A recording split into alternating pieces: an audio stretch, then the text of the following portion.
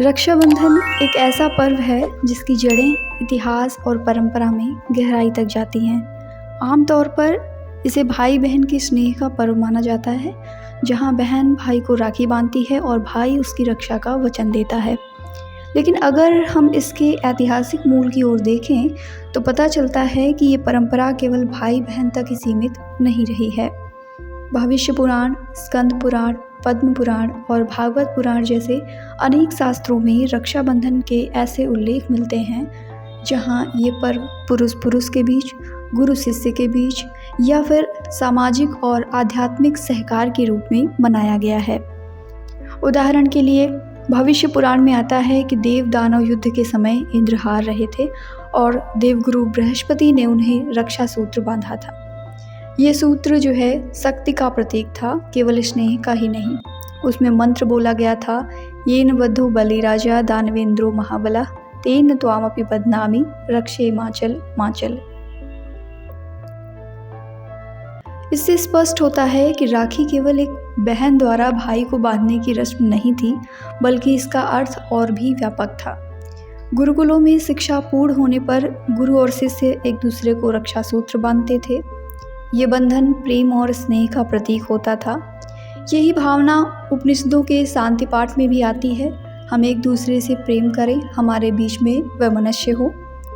समय के साथ ये परंपरा लोक जीवन में आई और भाई बहन के रिश्ते में विशेष स्थान पा गई, विशेषकर जब सामाजिक ढांचा ऐसा था जहां स्त्रियां विवाह के बाद अपने घरों से दूर चली जाती थीं और आर्थिक रूप से आत्मनिर्भर नहीं होती थीं। तब भाई उनके लिए सहारा बनता था। इस तरह राखी एक सामाजिक सुरक्षा का माध्यम बन गई। लेकिन आज का परिदृश्य काफ़ी बदल चुका है।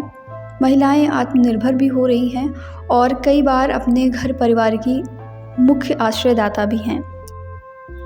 ऐसे में समय की मांग है कि हम रक्षाबंधन को एक नया और ऊंचा अर्थ दें।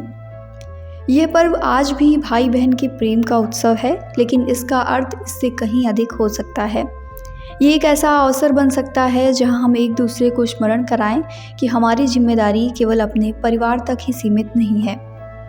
आज अगर किसी को सबसे ज़्यादा रक्षा की आवश्यकता है तो वो है हमारी पृथ्वी, हमारा पर्यावरण और हमारी संवेदनशीलता।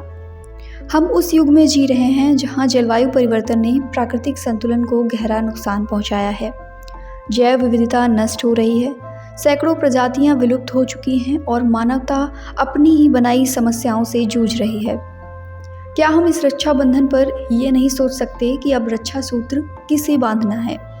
केवल भाई को नहीं, बल्कि इस पूरे जीवमंडल को, इस पूरे जीवन तंत्र को। रक्षाबंधन एक स्मरण हो सकता है कि हम सब मिलकर उस विवेक, उस करुणा की रक्षा करें जो जीवन को जीवन बनाती है। ये पर्व केवल उपहारों का आदान प्रदान न रह जाए, बल्कि एक संकल्प बन जाए।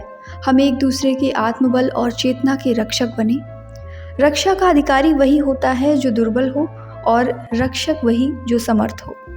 आज बहन ही यदि घर की सबसे समर्थ इकाई है तो वह राखी बांधते हुए अपने भाई को ये कह सकती है, मैं तुम्हारी रक्षा करूंगी, तुम्हारे विवेक की, तुम्हारे सशक्तिकरण की और बढ़ने की प्रतिबद्धता की रक्षा करूंगी।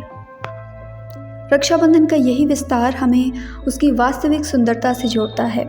ये पर्व आज भी उतना ही प्रासंगिक है, बस दृष्टि की गहराई बदलनी चाहिए। धर्म को, प्रकृति को, सत्य को और संवेदना को रक्षा की आवश्यकता है। रक्षाबंधन वह अवसर बन सकता है जहां हम सभी मिलकर के ये संकल्प लें कि हम केवल भावनाओं के नहीं, सच्चे उत्तरदायित्व के बंधन में बंधते हैं। जब हम इस पर्व को व्यापक अर्थ देंगे, तभी यह पर्व न केवल सुंदर बल्कि सार्थक और आवश्यक भी होगा। धन्यवाद।